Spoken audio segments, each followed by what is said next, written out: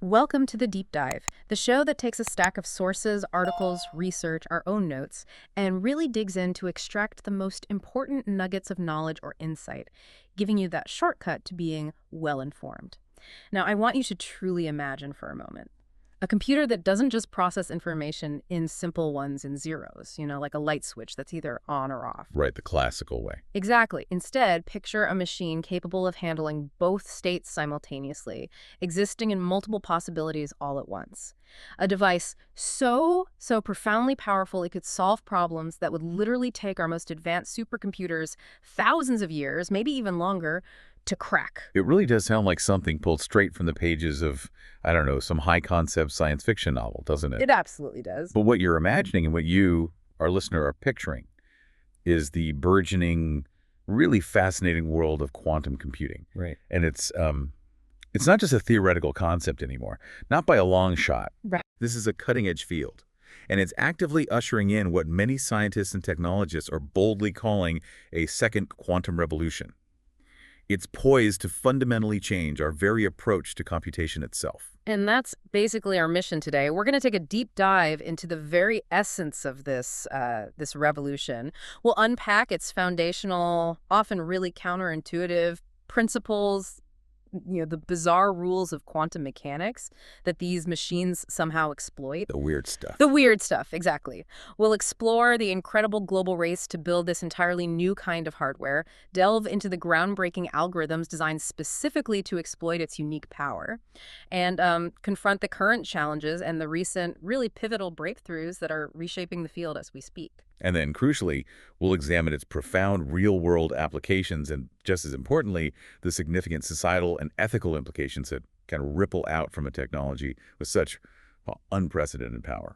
Yeah. So whether you're prepping for a critical meeting on emerging tech, or maybe you're just trying to quickly get up to speed on a pivotal technological field that really will define the coming decades, or maybe you're simply just insanely curious about the future. Which is a great reason. It is. This deep dive is your shortcut to being genuinely well-informed.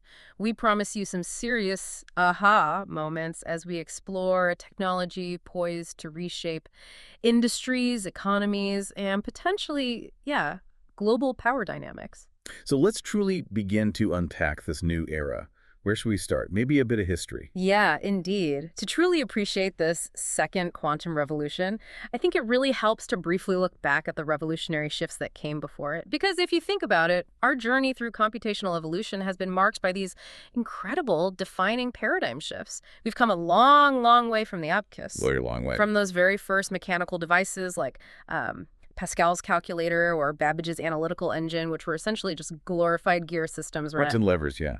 To the elegant binary logic that underpins all of our classical electronics today, the transistors switching between on and off, representing those leases and ones. Each of these advancements didn't just make things incrementally faster, they fundamentally redefined what was even possible. Suddenly, problems once considered completely insurmountable became solvable. What's fascinating here is that each of those shifts wasn't just an incremental improvement like, building a faster horse. It was a complete conceptual overhaul in how we even conceive of computation itself. Right. And quantum computing is arguably the latest, and I would agree most profound, of these shifts. It's not about making our existing classical computers faster, not really. It's about leveraging an entirely different set of physical laws, the strange probabilistic rules that govern the universe at its most fundamental quantum level to process information in ways we couldn't even dream of before. So if it's not just faster classical computing, what is quantum computing at its core? How do we actually define this new approach? Okay, so at its heart, quantum computing is basically about engineering quantum systems. And we're talking tiny things here, like individual atoms, ions, photons, electrons, specifically to perform calculations. Right. It's deliberately manipulating these incredibly tiny, often invisible bits of the universe, coaxing them, forcing them to interact and evolve in very specific ways, and then somehow extracting the results. It's a truly sophisticated form of quantum control. And the motivation behind such an immense, complex undertaking, it can't just be pure scientific curiosity, as compelling as that obviously is. What kind of problems are we actually hoping these machines will solve that our current supercomputers just can't touch? Exactly. While curiosity is definitely a driving force, I mean, who wouldn't be curious? The core motivation is really to solve what we call intractable problems for classical computers. Intractable meaning? Meaning these are challenges where the computational resources required time, memory scale, exponentially with the problem size. So for a classical machine, even adding just a few more variables makes the problem practically unsolvable within any reasonable time frame. We're talking about calculations that would literally take thousands, maybe even millions of years for today's most powerful supercomputers to complete. Wow. They simply hit a wall where the number of possibilities becomes just too astronomically vast to explore sequentially, one after another. So what kind of intractable problems are we talking about here? Can you give us some vivid examples, things people can really picture? Sure. Well, imagine trying to perfectly simulate the intricate molecular interactions of a complex new drug candidate, right down to every single electron's behavior to truly understand its efficacy and potential side effects before you even synthesize it. That would be huge for medicine. Absolutely huge.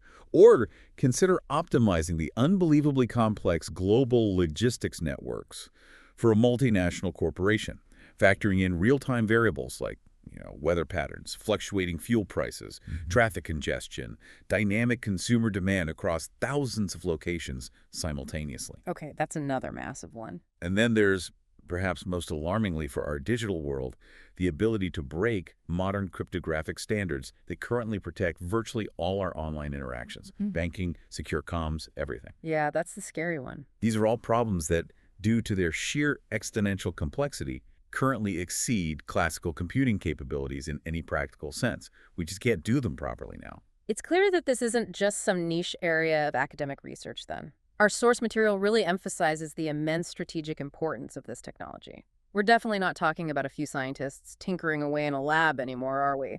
This sounds like a full-blown global race. Oh, you're absolutely right. It is a race.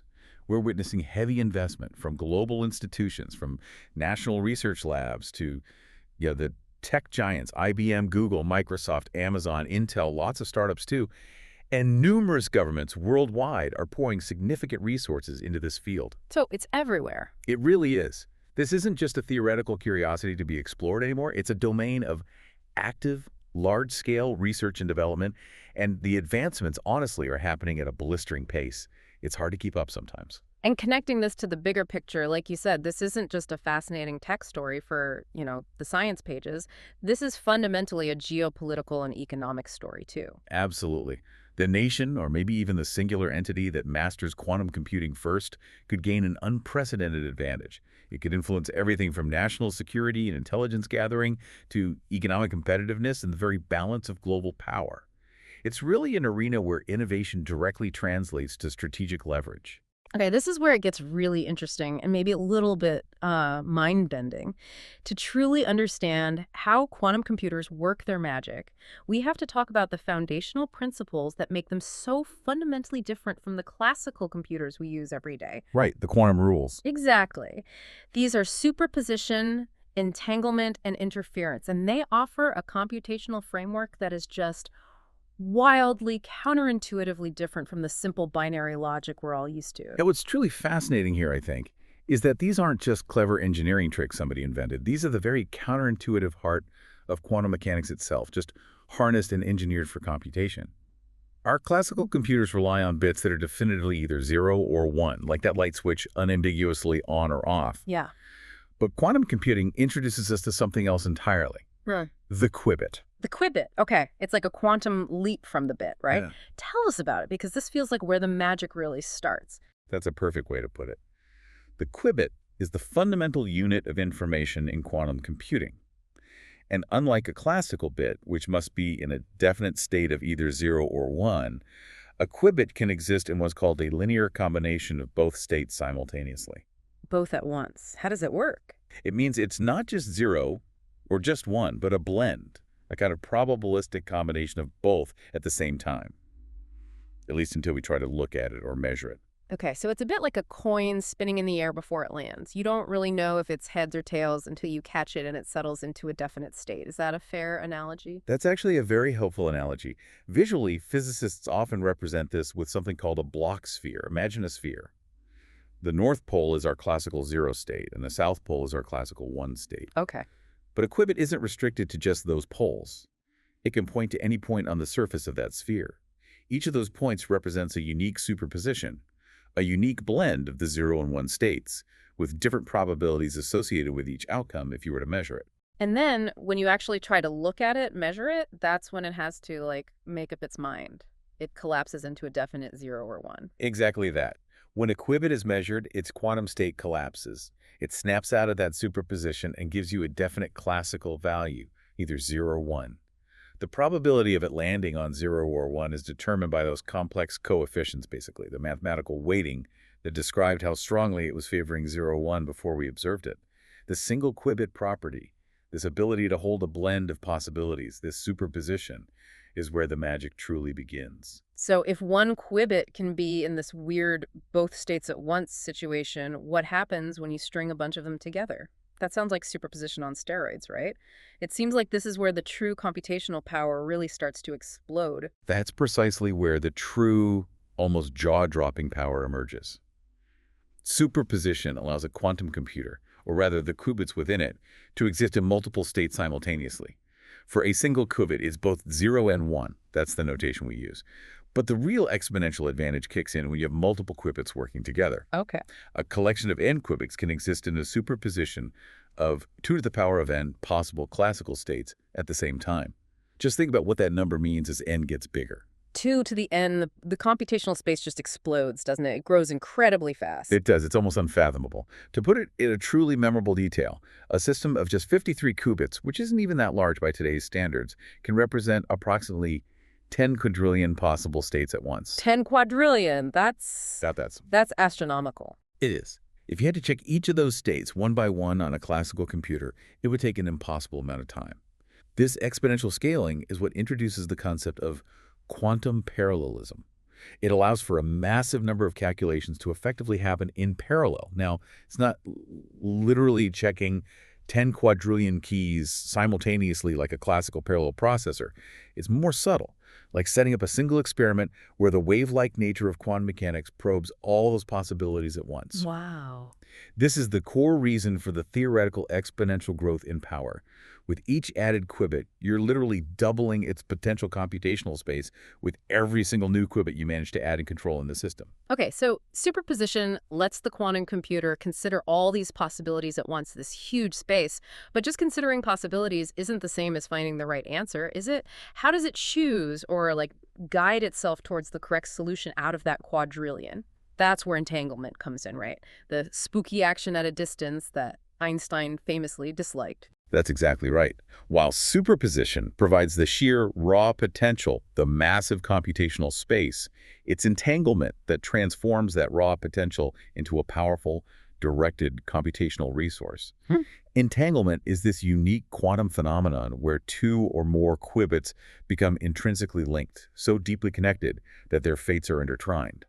Their states become instantly correlated, no matter how far apart they are in physical space. Instantly correlated. So if you observe one, it instantly tells you something about the others, even if they're miles apart. That truly is spooky action at a distance, as Einstein put it. It feels like the very definition of interdependence. Precisely. They don't have independent values anymore. Their properties are inextricably bound together. Measuring one instantly reveals information about the others. This profound correlation allows entangled qubits to function as a unified, coherent system. And this is a key feature that fundamentally distinguishes quantum computers from just being a collection of isolated, probabilistic classical machines. So without entanglement. Without entanglement, a quantum computer would essentially be just a collection of isolated, probabilistic qubits, each doing its own random thing. It would be utterly incapable of manipulating the complex data correlations that form the foundation for many powerful quantum algorithms. Okay, so if superposition is like having a cast of thousands in a quantum play, entanglement is the brilliant director making sure they all work together, hitting their marks towards a common goal. It's kind of the engine driving the whole thing. You could definitely say that. Yeah. Entanglement is indeed the engine that directs the exponential power granted by superposition. It enables quantum systems to encode complex data structures, build quantum gates that operate across multiple qubits simultaneously, and ultimately achieve the desired speedups required to solve certain types of problems by allowing the qubits to process information in this massively interconnected, coordinated way. Okay, superposition for the space, entanglement for the connection, and then we get to quantum interference. This is how the computer actually guides itself to the right answer among all those possibilities, right? It's like tuning a radio to find the clear signal amongst all the background static. That's a very apt analogy, actually. Think of it like waves in physics. Waves can interfere with each other. They can either constructively interfere, where they line up and reinforce each other, making the wave stronger, or they could destructively interfere, where they're out of phase and cancel each other out. Right, like noise-canceling headphones. Exactly like that principle. Quantum algorithms are specifically designed to precisely exploit this wave-like nature of quantum probabilities. They are very carefully crafted sequences of operations designed to amplify the probability amplitudes of the correct computational paths, make the waves for the right answer bigger, and crucially cancel out those of the incorrect paths, make the waves for the wrong answers disappear. So it's like the algorithm is constantly nudging the system, using these quantum waves, making the right answers shine brighter and brighter, while the wrong ones effectively just vanish into the noise. Exactly. We use precisely calibrated operations called quantum gates, things like the Hadamard gate, which is crucial for creating superposition in the first place, or the CNOT gate, which is essential for creating entanglement between qubits to manipulate these probability distributions, these wave amplitudes, throughout the computation. Okay. The final step, after all this quantum processing, all this interference, is a measurement. And as we said, measurement collapses the system's vast superposition into a classical output of zeros and ones. But because of this clever, directed use of interference, that final measured output is highly likely, ideally, almost certain, to be the correct solution you were looking for. It's a subtle but incredibly powerful mechanism that ensures the quantum computer doesn't just give you a random answer from its possibilities, but the right one. Okay, so we've kind of got the foundational physics down. We understand how qubits can be in multiple states, superposition, how they can be linked together, entanglement, and how interference guides them towards the answer. But, understanding those quantum fundamentals is one thing, translating them into tangible working machines. That sounds like an entirely different, massive challenge.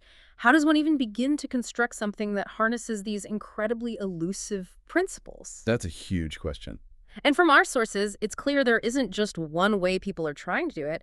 It's a full-on diverse race with lots of different approaches. That's absolutely correct. There is no single technology yet established as the dominant platform for building a practical, scalable quantum computer. And this leads to an incredibly diverse and highly competitive landscape.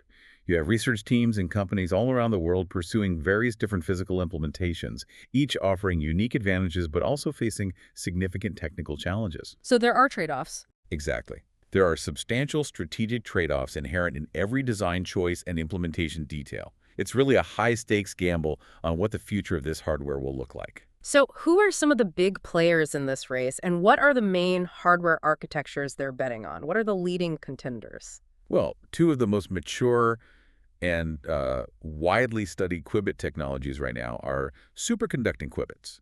These are championed by industry leaders like IBM and Google, among others. Okay, superconducting. What does that mean? These qubits are actually fabricated from tiny superconducting circuits, often using components called Josephson junctions. These circuits, when cooled way down, behave quantum mechanically, and the quantum information, the zeros and ones and superpositions, is encoded in their specific energy levels. What makes them so attractive to these big tech giants? Why bet on superconducting? Well, a key advantage is their high operational speed. They allow for very fast gate operations, which is crucial if you want to run complex calculations before the quantum state disappears. Right, before decoherence kicks in. Precisely. They're also potentially compatible with existing semiconductor fabrication processes, the same kind used to make classical computer chips.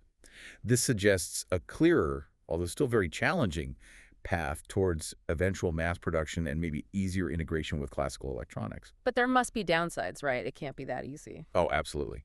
They come with significant drawbacks that really remind us of the immense engineering hurdles involved. They require cooling to unbelievably low cryogenic temperatures. We're talking near absolute zero, just fractions of a degree above negative 273 Celsius, colder than deep space. Wow. This needs complex and very expensive dilution refrigerators to maintain. Furthermore, they are highly sensitive to environmental noise tiny vibrations, stray electromagnetic fields, which leads to relatively short coherence times. Coherence time being. That's the fleeting period they can actually retain their quantum information before errors creep in and destroy the computation.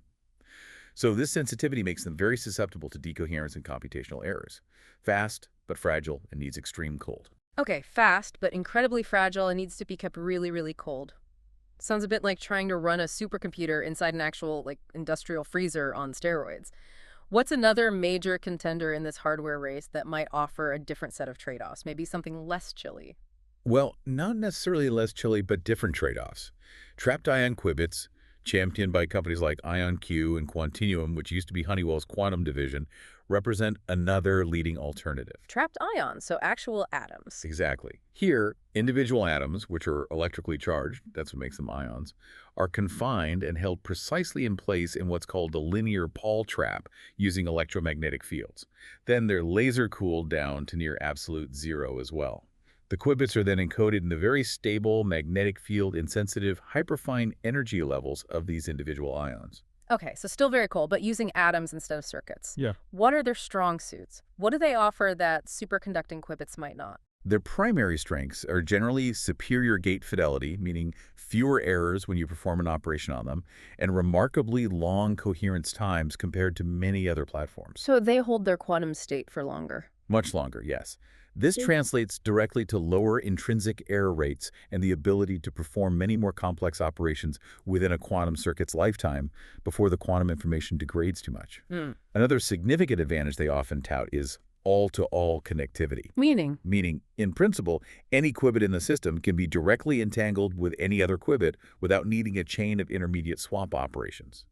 This can vastly simplify the design and execution of complex quantum circuits. Their main drawback, however, historically, is that they tend to have slower gate speeds compared to superconducting qubits. The operations just take longer, so maybe not ideal for speed-critical, very deep applications. Okay, so superconducting is fast but delicate and needs extreme cold. Trapped ions are more robust in terms of errors and connectivity, maybe better for complex algorithms but a bit slower. Are there other, perhaps newer approaches that are also gaining significant traction? This race isn't just two horses, is it? Not at all. Beyond those two leading architectures, several other promising modalities are definitely gaining significant attention and investment. Neutral atom quantum computers, for example, are being pursued by companies like Quera and Atom Computing. Neutral atoms. How do they hold on to those if they aren't charged ions? They use arrays of ultra-cold atoms like rubidium, held precisely in place not by electric fields, but by highly focused laser beams called optical tweezers. A truly unique advantage here, proponents claim, is that these atoms are naturally perfect and identical. There are no manufacturing flaws like you might get with fabricated circuits. Nature's perfection. Exactly. They also offer very long coherence times. They can demonstrate all-to-all connectivity, and they have the potential for a compact, energy-efficient architecture that could potentially scale to thousands of qubits relatively easily. That sounds incredibly promising, especially that idea of naturally perfect qubits. Any other notable approaches we should be aware of? Definitely. Silicon spin qubits are another important one. They try to leverage all the know-how from the existing semiconductor industry, which is a huge potential advantage for manufacturing at scale. Right, using silicon like classical chips. Kind of. They encode quantum information into the intrinsic spin, a quantum property of individual electrons trapped within silicon or other standard semiconductor materials. This approach holds promise for potentially lower-cost, large-scale manufacturing on a single chip, which is obviously extremely appealing from a commercialization standpoint.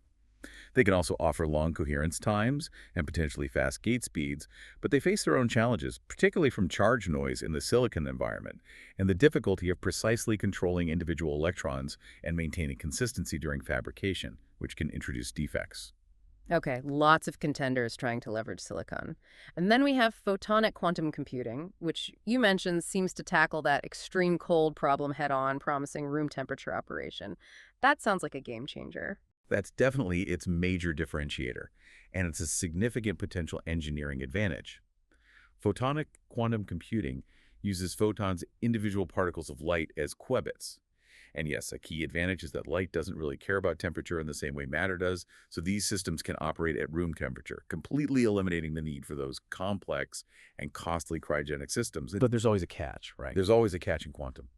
It faces a significant challenge because photons, particles of light, inherently don't interact with each other very strongly. This makes it difficult to implement reliable two-qubit gates, which are absolutely essential for universal quantum computation. While there have been clever advancements and workarounds, losses in optical components and the inherently probabilistic nature of some photon interactions still present significant hurdles for scaling this approach up to a practical, fault-tolerant level. This sounds like such a high-stakes bet for these companies and even for entire nations. If you invest billions developing, say, superconducting technology, and then 5 or 10 years down the line, trapped ions or neutral atoms become the clear dominant design, that's a huge strategic problem, isn't it? You've backed the wrong horse. It absolutely is, and it's what some researchers call the path dependency dilemma. Huh. A company's or a nation's early massive investment in a particular quantum hardware technology creates a strong path dependency. It builds up infrastructure, expertise, supply chains all around that specific approach. Right. If the dominant design for useful quantum computers eventually converges on a different modality, maybe trapped ions prove superior to superconducting qubits for the most valuable applications, or maybe something else entirely emerges, the cost of switching, or even just integrating into a new global value chain built around that different technology could be absolutely substantial, maybe even prohibitive. Yeah. This dynamic really underscores why there's no single clear leader yet in the hardware field, and why the national and corporate choices being made now about which technology platform to back are so incredibly critical. This isn't just about pure scientific innovation. It's very much about strategic positioning in a future global economy, potentially with irreversible consequences down the line. Okay, so we've covered the quantum building blocks, superposition, entanglement, interference with the foundational physics, and the diverse hardware architectures that are being raced towards. But a powerful engine, no matter how sophisticated, needs a skilled driver, right? A set of instructions. Absolutely. That's where quantum algorithms come in. This is the software, the set of carefully designed instructions that truly unleashes the power and sometimes, as we hinted, the peril of these incredible new machines. Exactly.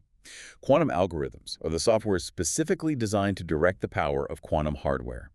They are engineered to explicitly exploit superposition, entanglement, and interference to achieve computational speedups, sometimes dramatic ones, for very specific classes of problems where quantum mechanics offers an advantage. And these algorithms aren't all the same, are they? They have different purposes. Right, they can be broadly categorized based on their intended purpose and also the type of hardware they require. They range from algorithms like Shor's, which promise exponential speedups for certain problems, to others like Grover's, which offer more modest but still significant quadratic improvements for broader tasks. And the most famous, or perhaps infamous, of these is definitely Shor's algorithm. This one, as you mentioned, has some pretty serious and frankly kind of terrifying implications for our everyday digital lives, doesn't it? It absolutely does, and the implications are truly profound. Developed by the brilliant mathematician Peter Shor back in 1994, Shor's algorithm is arguably the most famous and, yes, consequential quantum algorithm discovered so far. Its specific purpose is to efficiently find the prime factors of very large composite numbers. Factoring large numbers. Why is that such a big deal? Well, the most computationally intensive part of this task for a classical computer, something known as period finding, turns out to be exponentially faster on a quantum computer running Shor's algorithm than on any known classical algorithm.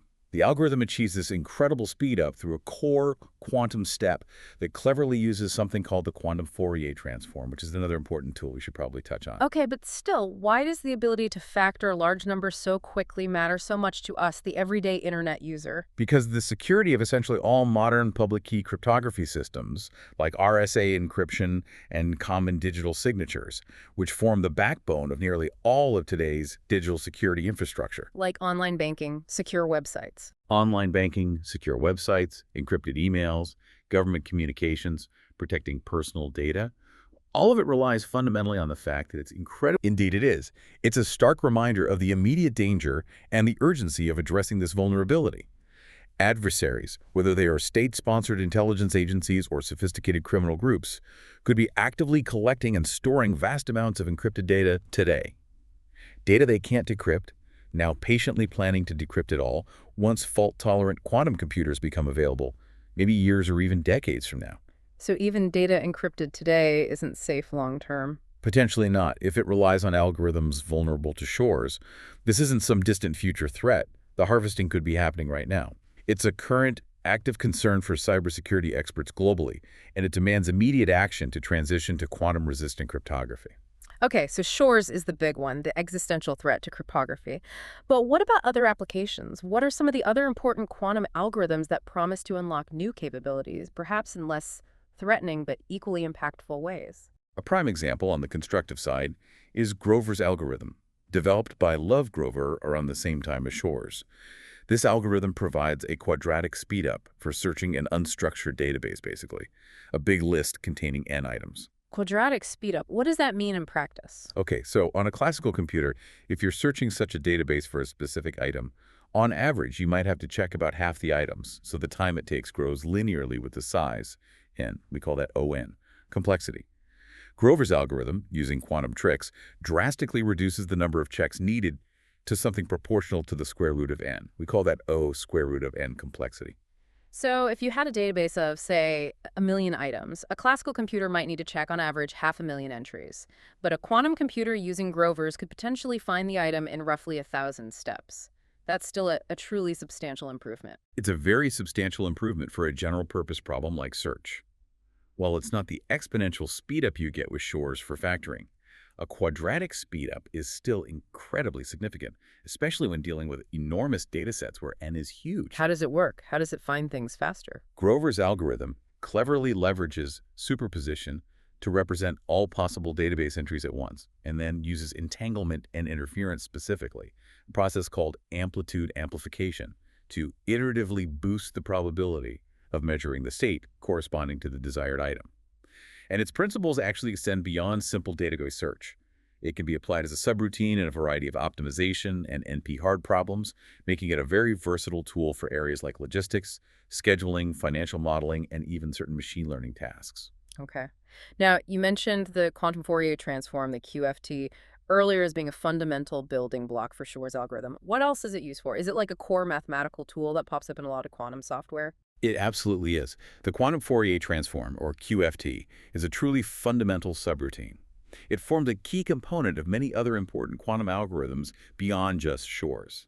Most notably, it's crucial for something called quantum phase estimation, or QPE, which itself is a key algorithm for applications in quantum chemistry and material science. So what does it do? What's the analogy from classical computing?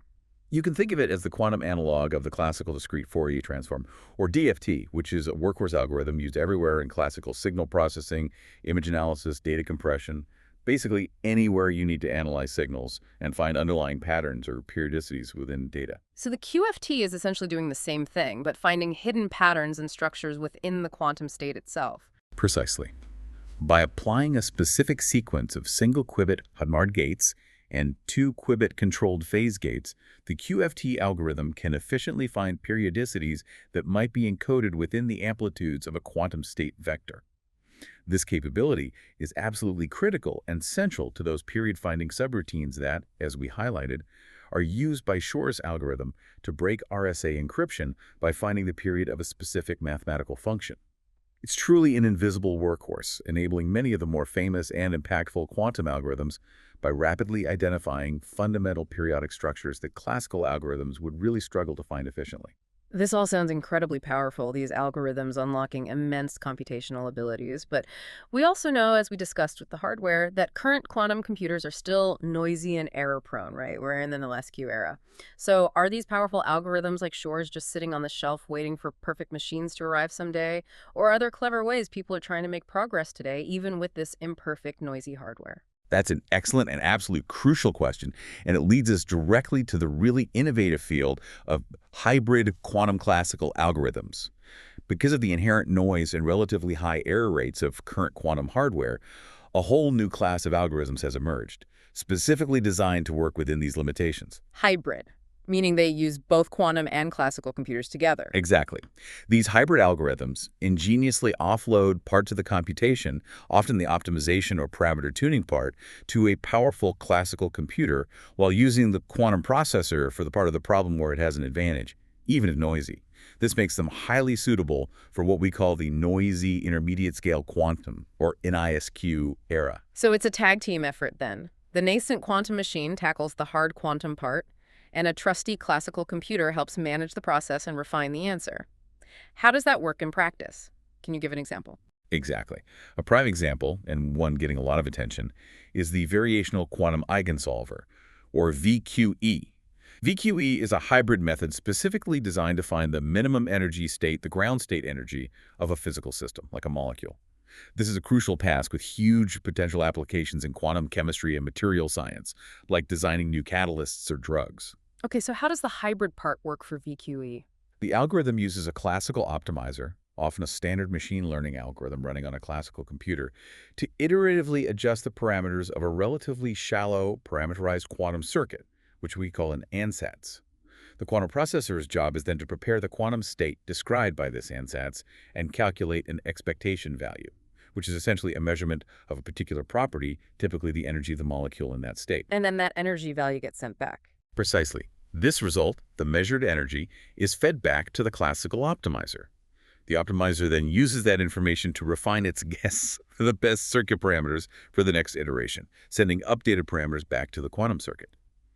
This loop continues: prepare state, measure energy, optimize parameters until the classical optimizer hopefully converges on the set of parameters that yields the lowest possible energy. So the quantum computer explores the vast quantum possibilities of the molecule's configuration, but the classical computer does the smart work of figuring out how to steer the quantum exploration towards the lowest energy state. That's quite an intelligent workaround for noisy hardware. That's a perfect summary. This hybrid approach allows the algorithm to leverage the quantum hardware to explore exponentially large problem spaces, which classical computers can't do efficiently, while cleverly relying on well-established classical optimization techniques to handle the refinement and deal with the noise. Another very similar and important hybrid method is the quantum approximate optimization algorithm, or QAOA. What's that used for? It's designed primarily to tackle combinatorial optimization problems, things like the traveling salesman problem, finding the best way to route deliveries, or optimizing financial portfolios. It uses a similar hybrid approach. A classical optimizer tunes the parameters of a quantum circuit, which typically alternates between operations that encode the problem's constraints and operations that explore the possible solution space. What's the big takeaway for us, the listener, from these hybrid algorithms like VQE and QAOA? Why are they so important right now in this NISQ phase? The key insight is that these algorithms are particularly well-suited for near-term noisy devices because they generally don't require the extremely deep circuits, meaning very long sequences of operations, or the full-scale, highly resource-intensive quantum error correction that algorithms like Shor's absolutely need to function reliably. So they're designed to get something useful done, even with errors. Exactly. They often have some inherent resilience to noise, or the classical part can help mitigate it. This really shows how the limitations of the current hardware are directly influencing and shaping the direction of algorithmic research, leading to incredibly clever, adaptive solutions. It's a testament to the ingenuity of researchers in the field, finding practical ways to extract potentially useful computation, even from these imperfect machines, effectively bridging the gap until truly fault-tolerant quantum computers finally arrive. Speaking of imperfect machines, that brings us squarely back into the NISQ era, this phase we're currently navigating. So let's define that a bit more clearly.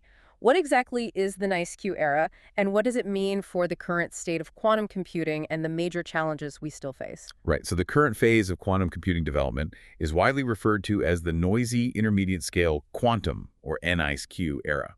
This term was actually coined by the highly respected physicist John Preskill back in 2018. And what does it describe?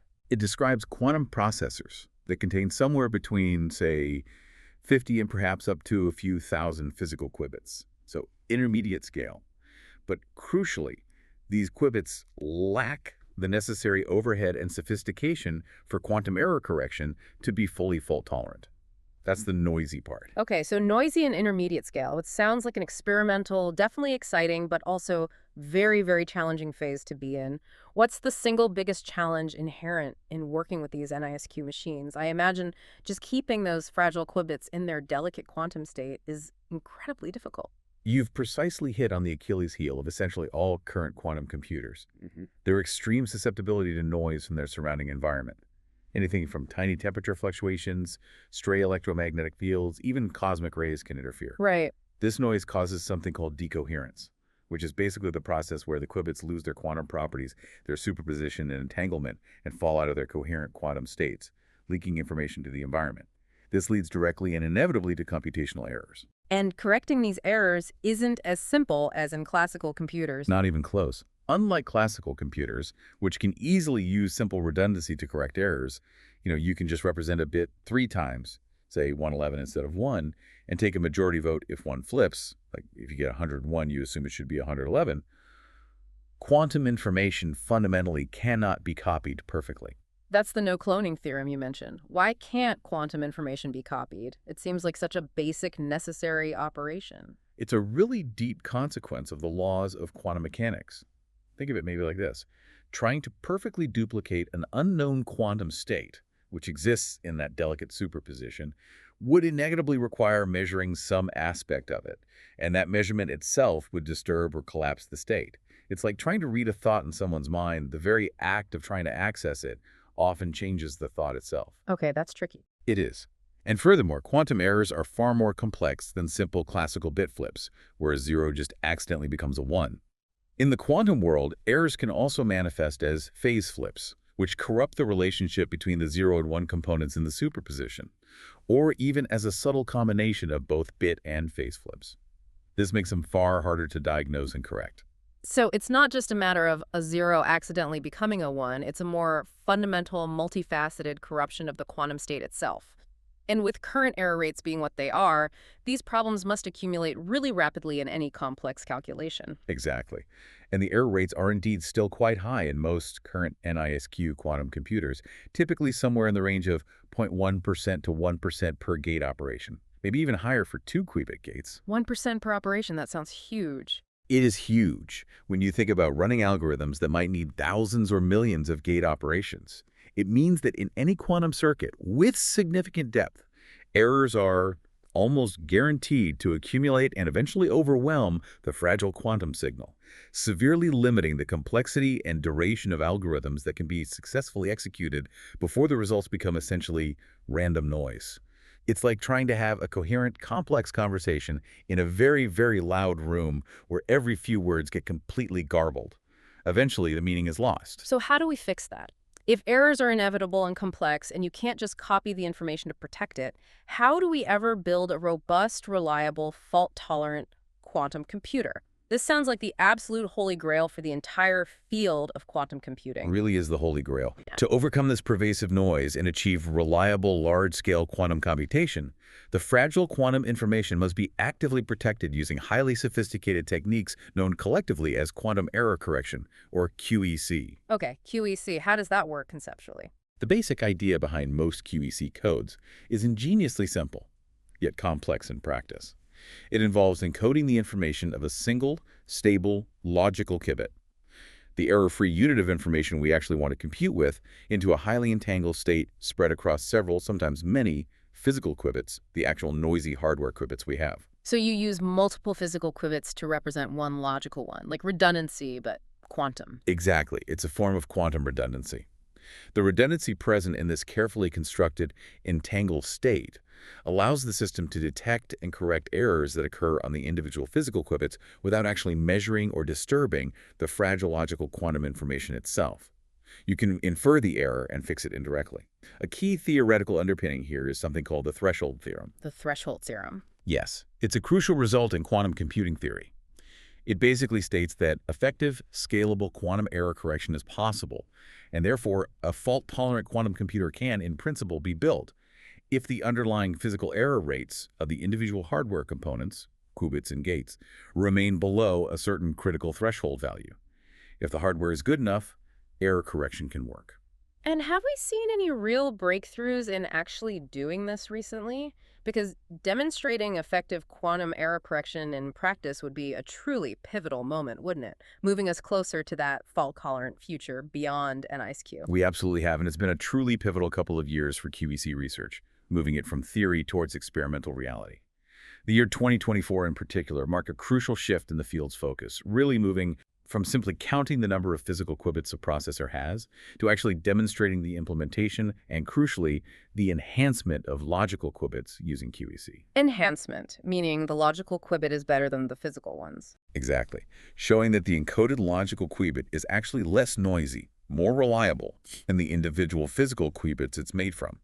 Two landmark achievements in this area were even recognized together as the Physics World 2024 Breakthrough of the Year, which really underscores their significance for the field. Tell us about them. These don't sound like just incremental steps, they sound foundational. They really are foundational proofs of principle. First, a team led by Hartmut Neven, working at Google with their new Willow quantum processor, published results showing, for the first time, that the logical error rate of a qubit can be suppressed exponentially as the number of physical qubits used to encode it is increased. Exponentially suppressed, that sounds huge. It's exactly what the theory predicted should happen, but seeing it experimentally is a massive milestone. It provides crucial empirical proof that adding more physical qubits to encode a single logical qubit can actually lower the effective noise and error rate, rather than simply amplifying the underlying physical noise. This principle underpins the entire viability of scaling up to large-scale, fault-tolerant quantum computing. Okay, that's one breakthrough. What was the other? Concurrently, and using a different hardware platform, a team led by Mikhail Lukin at Harvard, working with the company Quera and their neutral atom processor, demonstrated a system with 48 logical qubits that could execute simple algorithms while actively correcting errors in real time using a specific QEC code. This showed not just error suppression, but active error correction integrated with computation on a significant number of logical qubits. Wow, so these breakthroughs aren't just incremental. They're essentially foundational proofs that what we once thought was purely theoretical QEC is now becoming physically achievable. That's truly exciting. And IBM has a pretty ambitious public roadmap based on this kind of progress, right? They certainly do. IBM has been quite public about their roadmap, laying out a clear path towards achieving a large-scale, fault-tolerant quantum computer, aiming for sometime around 2029. Their projections include a system capable of running potentially 100 million quantum gates on 200 logical qubits. That sounds incredibly powerful. It would be.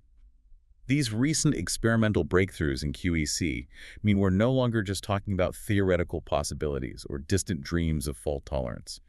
We're starting to see concrete empirical evidence that these error correction technologies can be built and made to work, and that the path to truly reliable, useful quantum computing, while still long and challenging, is being actively paved right now. That's incredibly exciting. But it also leads us to some terms we hear thrown around a lot, often interchangeably, but they mean different things. Quantum supremacy and quantum advantage. These are not the same thing, are they? It feels like a crucial distinction for us to understand as we track this progress towards useful machines. It absolutely is a critical distinction, and one that unfortunately often gets misunderstood or conflated in popular reporting. Let's break it down. Back in 2019, Google claimed a major milestone with their Sycamore processor, a 53-qubit superconducting system. They achieved what they termed quantum supremacy. Supremacy? What did they actually do? They managed to get their quantum computer to complete a very specific, carefully chosen, and rather artificial computational task. It involved sampling the output of a random quantum circuit in about 200 seconds. Oh, okay, 200 seconds. And Google claimed at the time that this same task would take the world's most powerful classical supercomputer, Summit, I believe, something like 10,000 years to simulate. That sounds pretty definitive, like game over for classical. So what's the nuance there? Well, there was some debate. IBM quickly offered a counterargument, suggesting that with better classical algorithms and optimized use of Summit's vast storage, the same task could potentially be completed in maybe 2.5 days, not 10,000 years. Ah, okay, a big difference. A big difference, yes, but still significantly longer than 200 seconds. Regardless of the exact classical runtime, the Google experiment still served as a landmark demonstration. It showed, arguably for the first time, that a programmable quantum device could actually outperform all known classical algorithms for a specific, well-defined computational problem. But there was a catch. The catch, however, and this is the really important part for understanding the difference, is that this particular problem, while computationally hard for classical machines, had essentially no practical application. It was a task specifically designed, almost contrived, primarily to show off the quantum computer's unique capabilities and demonstrate it could do something faster. Okay, so quantum supremacy was a crucial scientific and engineering milestone, proving a quantum computer could do something a classical one seemingly couldn't, but not necessarily something useful for solving real-world problems. That's a key clarification. Precisely. That's where the term quantum advantage comes in. Quantum advantage is the true goal for the field now. It signifies the point where a quantum computer proves to be genuinely more efficient, more accurate, or perhaps cheaper than a classical computer for solving a useful, practical, real-world task. Something businesses or scientists actually care about solving. Exactly. The Sycamore experiment, while groundbreaking scientifically and proving the potential, didn't achieve quantum advantage because the problem wasn't useful. The field's current focus is now very much on a methodical, application-by-application, problem-by-problem approach to achieving true quantum advantage across different domains like chemistry, optimization, or machine learning. And that turns out to be a much higher, much harder bar to clear than demonstrating supremacy on an abstract task. This distinction is absolutely key to understanding the real-world impact and the long journey still ahead for quantum computing. Okay, so if we're still technically in the NISQ era, dealing with noise and the holy grail of perfectly fault-tolerant quantum computers demonstrating widespread quantum advantage is still likely a few years away at least, where are we seeing quantum computing actually being applied today? Where are these early, tangible uses starting to emerge, even with these noisy qubits? That's a great question. Early commercial applications and serious research efforts are indeed emerging, primarily focusing on areas where classical machines are already hitting their computational limits or where the problem has an inherently quantum nature. These are typically problems where that exponential complexity we discussed earlier simply overwhelms even the most powerful classical supercomputers, forcing researchers to rely on approximations or simply accept that a full, accurate simulation is currently out of reach. What's the most promising area for these early quantum applications right now? Where does it seem like the most natural fit, even for NISQ devices? Without much doubt, the most promising and arguably best suited area currently is chemistry and material science. Why there specifically? Well, it's considered the most promising and well-suited area because the fundamental behavior of the universe at the atomic and molecular level, how atoms bond, how electrons interact, how molecules fold, is inherently governed by the laws of quantum mechanics. Right, it's quantum simulating quantum. Exactly. This gives quantum computers a natural intrinsic advantage in accurately modeling these complex physical systems compared to classical computers, which have to approximate quantum effects. Algorithms like the variational quantum eigensolver, VQE, which we discussed as a hybrid algorithm, and another called quantum phase estimation, QPE, are being specifically developed and used for simulating complex molecular structures, predicting the outcomes and energy barriers of chemical reactions, and finding the crucial ground state energy of molecules, which determines many of their properties. That makes perfect sense. You're using the computer's natural quantum behavior to model nature's quantum behavior, fighting fire with fire, or rather, quantum with quantum. Can you give us some memorable case studies? What have researchers actually managed to do in this space already? Certainly. There have been some really interesting proof-of-concept simulations. For example, researchers from IBM collaborating with Moderna use quantum simulation techniques on IBM's hardware to predict the secondary protein structure of a 60-nucleotide-long mRNA sequence. Like the COVID vaccine mRNA. Related technology, yes.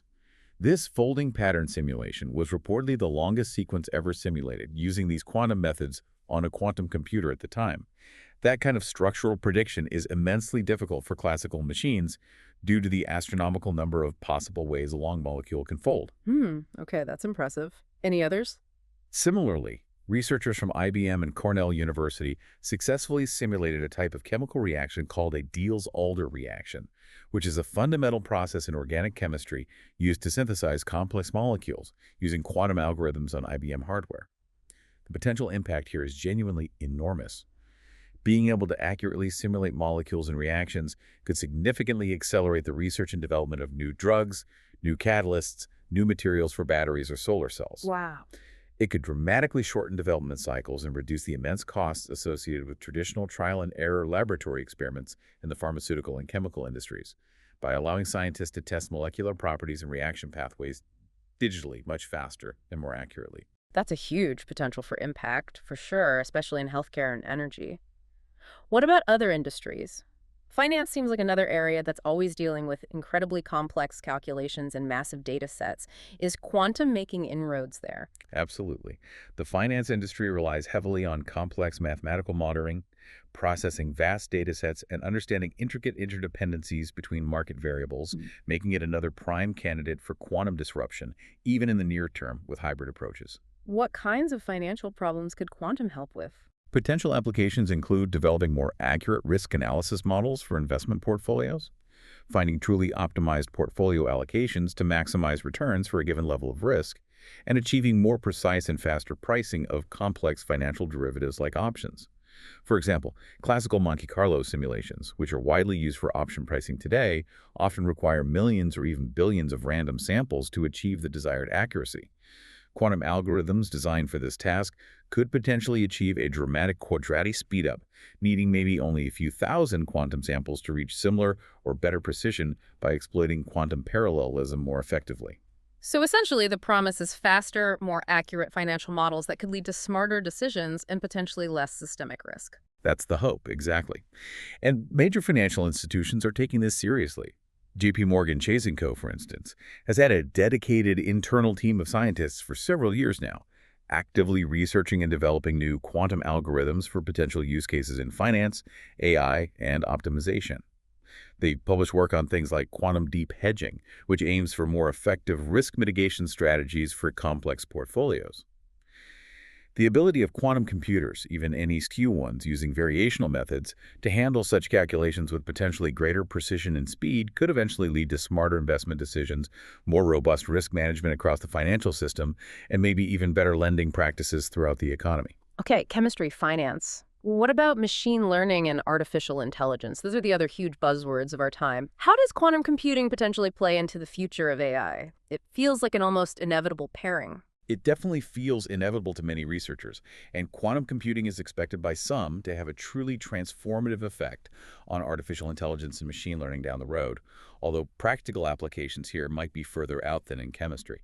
How could it transform AI? Well, the potential is there for quantum machine learning algorithms to significantly accelerate the training process for certain types of complex neural networks, enable more efficient extraction of relevant features from very high-dimensional data sets, think genomics or sensor data, and process information in fundamentally novel ways that classical AI simply can't, perhaps by leveraging superposition to explore vast parameter spaces simultaneously during training, or by using entanglement to capture complex correlations in data more effectively. So it's not just about making existing AI algorithms faster, but potentially enabling entirely new kinds of AI or making them capable of solving problems currently out of reach.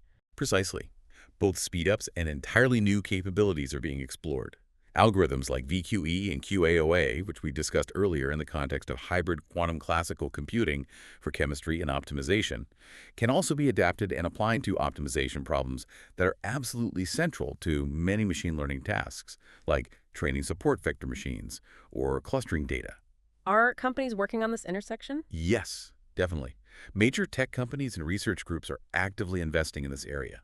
TensorFlow Quantum, for example, which integrates Google's quantum framework Cirq with the popular classical machine learning library TensorFlow, is a leading platform driving research into things like quantum-enhanced neural networks and quantum generative models. To give you maybe an illustrative, albeit still somewhat speculative example, consider the massive computational cost of training the extremely large AI models used for complex tasks, like natural language processing or autonomous vehicles. This can currently take weeks or even months on huge clusters of classical GPUs. With future fault-tolerant quantum computers, it's hoped we could potentially see an exponential increase in speed for certain parts of that training process, dramatically accelerating the development and deployment cycles for these cutting-edge AI applications, and perhaps enabling models of even greater complexity than we can currently imagine. Okay, the potential applications are clearly vast and transformative across many sectors. But here's where we need to pivot from the exciting possibilities to the more sobering, profound implications. Because, as our sources rightly emphasize, this isn't just about faster computers or better algorithms. The arrival of quantum computing is shaping up to be a double-edged sword, with incredibly far-reaching ethical and geopolitical consequences that we, as a society, absolutely need to start grappling with now. That's an extremely important framing, and I completely agree. The advent of practical, large-scale quantum computing, whenever it fully arrives, will not merely be a technological advancement. It is likely to be a profound societal event, perhaps comparable in scale to the invention of the Internet, or maybe even the harnessing of nuclear power. It presents both these unprecedented opportunities for human flourishing that we've discussed, but also significant risks that we need to understand and address proactively, collaboratively, and very thoughtfully. Let's start with the most widely discussed threat, the one we keep coming back to. The cryptographic crossroads. We talked about Shor's algorithm potentially breaking essentially all of our current public key encryption.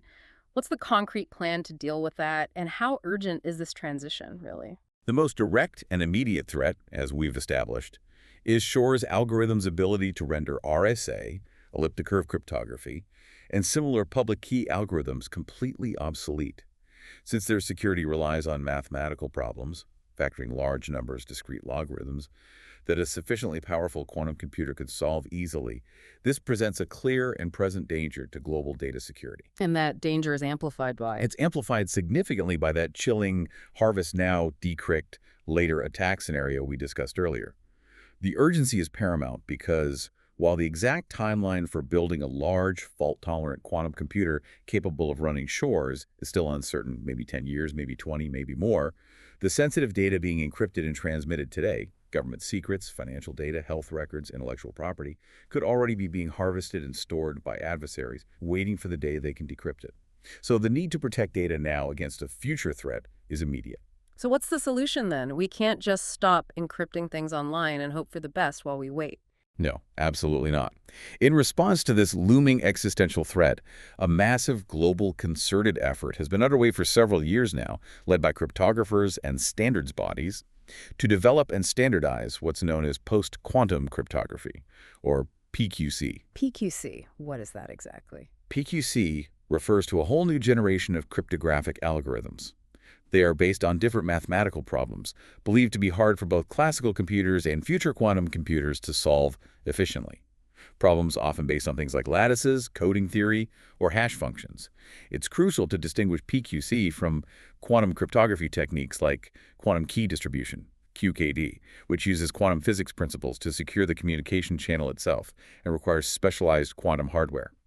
PQC algorithms, crucially, are designed to be implemented and run on the existing classical hardware and infrastructure we already have today. Ah, okay. So we can actually start implementing quantum-safe encryption today using classical computers, even before the quantum threat fully materializes. That feels like a really important lifeline. It is exactly that. It means we don't have to wait. The National Institute of Standards and Technology, or NIST in the U.S., has been leading a major international multi-year standardization process to evaluate numerous candidate PQC algorithms submitted from research groups around the world. They've already selected several algorithms for standardization, including one called ML-Chem, based on lattices, for key encapsulation, which replaces things like RSA-Q exchange, and others for digital signatures. Is it easy to switch over? Well, this transition is definitely not a simple task. Migrating the world's digital infrastructure away from deeply embedded classical encryption standards like RSA will require substantial, complex, and potentially costly overhauls for countless legacy systems across governments and industries. As part of a smoother transition, it's expected that hybrid systems, ones that combine a traditional classical algorithm with a new PQC algorithm, will likely be the norm for the foreseeable future, offering protection against both current and future threats. The key takeaway for you, our listener, is that your online security, from your bank account access to your personal data to critical natural infrastructure, is directly impacted by this ongoing cryptographic race and the proactive steps being taken right now to deploy PQC. Okay, that's a huge area of implication. But beyond cybersecurity, what about the potential for this incredibly powerful technology to create new divisions or widen existing ones in the world? The quantum divide, as our source material puts it, sounds like a really concerning prospect. This is another critical and, frankly, deeply concerning ethical and societal issue that needs careful consideration. The development and deployment of quantum technology has the very real potential to significantly widen the existing digital and technological divides that already exist between nations and even within nations. Why is that? What drives that potential divide? Primarily because the incredibly high cost of developing and building quantum computers, the need for highly specialized knowledge and a workforce with very specific quantum skills, which are currently scarce, and the complex infrastructure required to operate and maintain these systems, remember those darling refrigerators, Right. will likely concentrate the power and the associated economic benefits of this technology in the hands of relatively few wealthy corporations in developed countries that can afford to invest heavily. So it's not just about who has access to run computations on the technology, but who reaps the economic rewards, who develops the valuable IP, potentially exacerbating existing global inequalities in wealth and power. Precisely. This could lead to a severe quantum divide, where some individuals, communities, and nations gain access to the transformative benefits of quantum computing in medicine, materials, finance, AI, while others are effectively left behind, further worsening existing inequalities in wealth, opportunity, and potentially even national security. This is particularly concerning for developing countries. How so? Well, especially those perhaps rich in natural resources or with less stable political systems. Without the financial resources or technical expertise to develop their own quantum capabilities or even just implement advanced quantum-safe security measures effectively, for instance, they can become highly vulnerable to quantum-enabled espionage, economic manipulation, or corruption facilitated by adversaries who do possess these capabilities. This isn't just about disparities in tech access. It touches on fundamental issues of global equity, national sovereignty, and economic justice in the 21st century. And then there's that concept you touched on earlier, dual-use technology. This means quantum computing isn't just for potentially good things like curing diseases. It can also be used for military or intelligence purposes, potentially escalating global tensions or changing the nature of conflict, right? Absolutely. Quantum computing is a prime example of a quintessential dual-use technology. By definition, this means it inherently possesses both profound civilian applications and significant potential military and security applications. While its potential civilian benefits in healthcare, finance, materials, science, energy, and other sectors are widely discussed and rightly celebrated, its potential military and security applications are equally profound and, from some perspectives, quite concerning. So, beyond the civilian benefits like drug discovery or better financial models, what could quantum computing realistically be used for in a military or national security context? Are we talking about things like designing new weapons, or is it more about intelligence and logistics? It could potentially impact all of those areas. Imagine, for example, using quantum simulations not just for drugs, but for designing entirely new, previously inconceivable materials with extreme properties, maybe lighter but stronger armor, or materials that are invisible to certain types of radar for defense applications. Consider the potential for quantum optimization algorithms, like QAOA, to revolutionize military logistics and supply chains, planning complex operations with unprecedented speed and efficiency. And intelligence. That's a huge one. Think about the potential for quantum-enhanced artificial intelligence or specialized quantum algorithms to greatly enhance intelligence gathering and analysis, perhaps processing massive data sets from surveillance sources in real time to detect subtle patterns or predict adversarial actions with much greater accuracy than currently possible. Or using quantum sensors with extreme sensitivity for detecting submarines or underground facilities. The implications here are not just about who has slightly faster computers, but potentially about who gains an insurmountable information advantage, a decisive edge in intelligence analysis, superior defense capabilities, or even, as we discussed, the ability to break in adversaries' secure communications. It sounds like it could really shift the balance of power. It could. This inherent dual-use nature makes quantum computing an incredibly valuable strategic asset, which is why governments worldwide are investing so heavily in research and development, partly driven by the desire to gain or maintain a technological edge over potential rivals. This inevitably fuels concerns about a new type of arms race and necessitates robust international dialogue, proactive policymaking, arms control considerations, and strict oversight mechanisms to try and mitigate the inherent risks of proliferation and misuse. It places a profound responsibility on all nations involved in developing this technology. So as we wrap up this deep dive, it's crystal clear that quantum computing represents a truly fundamental shift, maybe the biggest in generations, in the very nature of computation. We're moving away from the deterministic, predictable, binary logic of classical bits that built the modern world, Right, the zeros and their rolls. to the probabilistic, inherently interconnected, highly correlated, and often deeply counterintuitive world of quantum states governed by superposition, entanglement, and interference. Indeed. And those foundational principles provide an entirely new computational paradigm, one that enables the potential for exponential speedups for certain very specific classes of problems that are currently completely intractable for even our most powerful classical supercomputers today.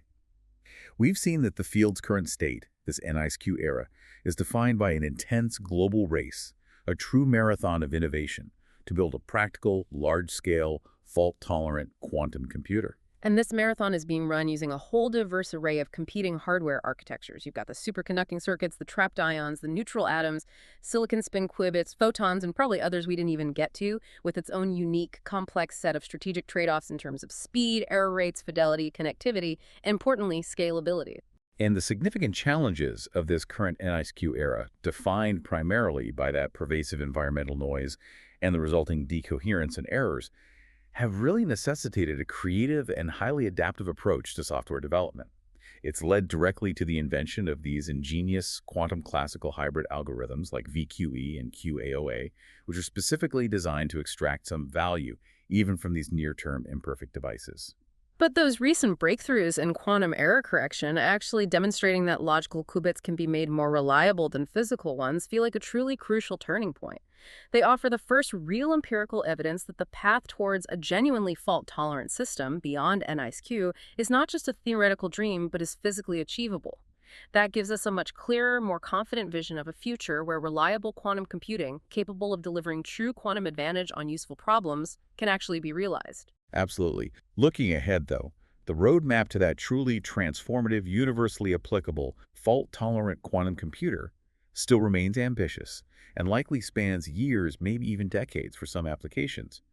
While some projections, like IBM's 2029 target for a significant logical qubit system, are aggressive and exciting, other experts offer more conservative projections, suggesting that the first commercially impactful applications requiring millions of stable logical qubits might not be widely within reach until maybe 2035 or even 2040. So, still a ways to go for the really big stuff. Still a ways to go, yes. Yeah. But regardless of the exact timeline, the potential societal impact is already being felt today. We see the global cybersecurity community racing to develop and deploy post-quantum cryptographic standards. We see leaders in finance, chemistry, material science, and AI making early strategic investments to understand the potential and prepare their industries and workforces for a new era of computational power whenever it fully arrives. And as this technology continues to mature, as the hardware gets better and the algorithms become more powerful, it will be absolutely imperative for policymakers, for researchers, for business leaders, and importantly, for the public to collaboratively and very thoughtfully navigate those complex ethical and geopolitical implications we discussed. Exactly.